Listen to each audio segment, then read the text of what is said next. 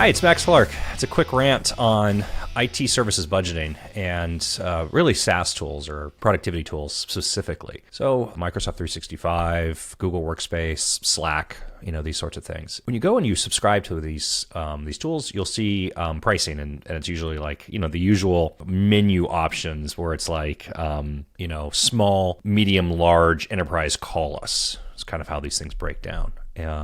With Google Workspace and Microsoft 365, there's usually like a business starter, business standard, business premium, and then you get into like the enterprise and then the enterprise tier up and down. The advice I have on this is even if you're not licensing it, you should always budget based on the enterprise tools cost. And this is why. There are so many things that you are going to need at some point that are only available to you in the enterprise edition. And the big ones that I've noticed that catch people a lot are it's single sign-on, Skim for provisioning, and e-discovery. So single sign-on, if you're not using single sign-on, it's pretty straightforward. You want to control identity across your environment. Identity is a very common exploit vector for things. You hear there's lots of Colonial Pipeline. What was it? It was a VPN account that they hadn't been deactivated. So having a single sign-on and having a control over your identity is a massive thing for your business. It's also an onboarding, offboarding issue. So this is where Skim provisioning comes into. So when you're hiring people into the company, how do you automatically create accounts across all of the different platforms they need access to? And then when they leave the company, how do you automatically deactivate that account across all the different platforms that you have? You want this automated, you want this automatic, you want this available to your HR team or your hiring team that's actually managing this. You do not want to be opening tickets in Jira for somebody to provision accounts and then opening a ticket in Jira and trying to remember where this person has accounts. You want a central system that does all this. Now, SSO and Skim is a efficiency and productivity and cybersecurity and compliance. It fits into all those buckets. E-discovery is an interesting animal. And e-discovery comes into lawsuit. So if you're ever party to a lawsuit, usually the lawyers are very friendly and they're going to send you a notice that's going to say something like, you're about to be sued.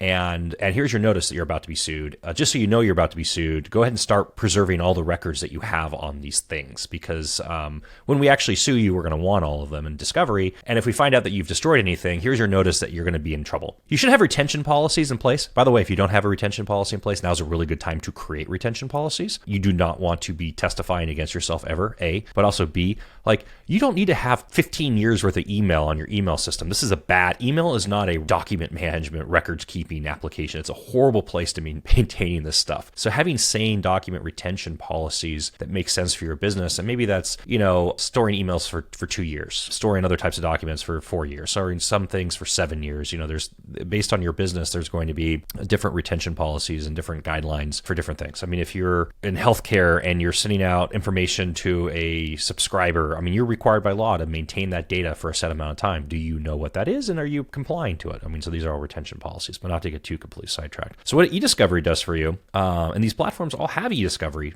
built into them. So e-discovery, what it does for you is it gives you the ability to create retention holds. Once you get this scary notice in the mail that you need to start preserving this stuff, you can log into the tool and you can go to the e-discovery portion of the system and you can say, here's accounts or here's keywords, and you can create a hold, and then you can also do exports. And e-discovery is one of these things that always comes into the enterprise features. It's not in small business. It's not in the cheap plans. It's in the expensive plans. So budget for this. Well, you can get by for years in the business editions of these tools, and you can be perfectly fine. But to cut to the chase, the enterprise version of it just costs more. So if you're budgeting around a $6 per month expense, and all of a sudden you have a triggering event that pushes you into the enterprise package, and maybe that takes you from $6 to $13 a seat, that's doubling your cost across all of your tools. So, if you're talking about your email productivity system plus your chat system plus this system plus that system, you might have 4, 5, 6 systems that apply into these things. And if you're going to double the subscription cost on each one of those things and you're not prepared for it, it is painful. It is painful.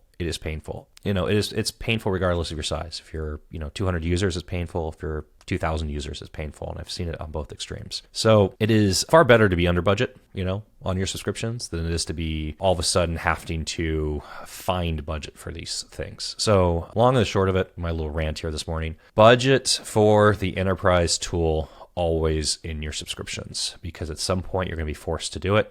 And it's better to have that up front and be using that when you're going through your budget cycles than it is to have a whoopsies and then have to deal with it after the fact. I'm Max Clark. That's a quick little rant.